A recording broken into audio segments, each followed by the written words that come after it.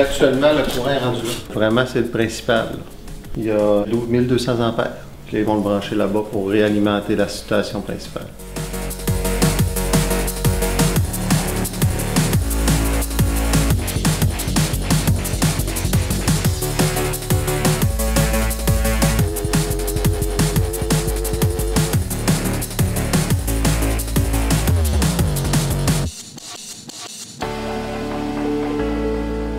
On est en train de faire les dernières transformations là, du réseau vers le réseau temporaire. Tous les patients sont bien, au niveau des étages, tout le monde est prêt. Alors on attend quelques petites directives des services techniques pour faire la coupure officielle qui devrait arriver d'une minute à l'autre.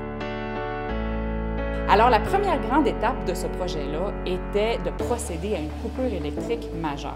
La raison de celle-là, c'est qu'à l'issue des travaux, la capacité électrique de l'établissement ne sera plus suffisante. Elle est déjà, en fait, insuffisante et on doit à peu près la quadrupler. Alors, on va passer d'une capacité de 1200 ampères à 4000 ampères à la fin du projet. Pour y arriver, ce qu'on a mis en place, c'est deux comités qui sont distincts. Un comité de gestion, donc avec les gestionnaires de chacun des étages de l'hôpital, pour pouvoir dégager quels étaient les éléments essentiels à alimenter pendant cette nuit-là.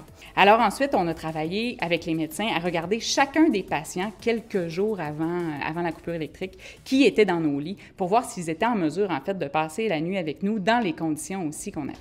On leur a demandé de donner des congés dans la mesure du possible aux patients, par exemple, qui pouvaient avoir un congé temporaire cette nuit-là, qui pouvaient aussi se rendre à domicile parce qu'ils étaient plus en attente d'investigation. Et on a fait quelques transferts en cours de fin de semaine là, pour vraiment assurer la sécurité maximale des gens. Donc, la nuit de la coupure électrique, les gestionnaires concernés se sont présentés à l'hôpital pour être sur place pour intervenir si vraiment il y avait quelque chose qui ne fonctionnait pas comme on l'avait prévu. Il y a quand même eu des travaux à faire là, pendant 30 minutes, 1 heure avant de réussir à couper officiellement l'électricité. Alors, sur l'ensemble des étages, ça se passe quand même bien. Il y a eu une couple d'affaires techniques au niveau informatique. Il y a eu le mystère de la glacière disparue qui a été retrouvé, Joanne.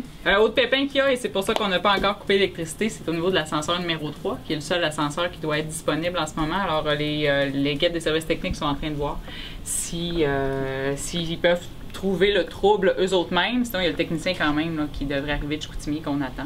Ce qui fait en sorte que la coupure est quand même retardée probablement d'1 heure. Il est déjà 8h40 presque. Alors, tu surprendrais qu'on puisse couper avant 9h. L'ascenseur numéro 3. Ah, peut-être qu'on a des bonnes nouvelles d'ascenseur. Ouais, Luc. L'ascenseur est redémarré. Je suis au courant pour qu'on puisse faire une vérification étage par étage. Alors, l'électricité a été enlevée. Il y a eu un blackout total d'environ 20 secondes. Et ensuite, l'électricité est revenue aux endroits où on avait prévu. Il y a des secteurs qui étaient plus critiques que d'autres, évidemment. Alors, il y avait l'urgence. Il y a aussi le laboratoire, parce qu'on doit s'assurer que l'ensemble des appareils qu'on avait choisis devaient continuer à fonctionner. La banque de sang également. Il y avait aussi le fameux étage qu'on a désigné comme étant l'étage qui recevait l'ensemble des patients, donc celui de la chirurgie, et les soins intensifs là, qui devaient être disponibles pour recevoir nos patients. Il y a des patients qui sont présentés à l'urgence quand même, d'autres qui ont attendu, donc il faut penser que la population a bien entendu notre message, ont préféré attendre ou peut-être se diriger vers une clinique sans rendez-vous cette journée-là plutôt que de venir à l'urgence le soir. Et les cas qui ont dû être transférés pendant la nuit sont des cas qui l'auraient été de toute façon. Alors, le bilan a été très positif. Je pense que les gens ont travaillé fort. Les équipes de nuit aussi étaient contentes, mais étaient aussi surprises de se rendre compte que finalement, c'était pas très différent de quand ils sont ici la nuit. Et la clientèle aussi a été très surprise de voir que ça a été à toute fin pratique transparent pour eux. Alors, pour Alma, ça a été mission accomplie cette fois-ci. Et dès le lendemain, je pense qu'on a commencé à excaver là, et à voir le trou apparaître.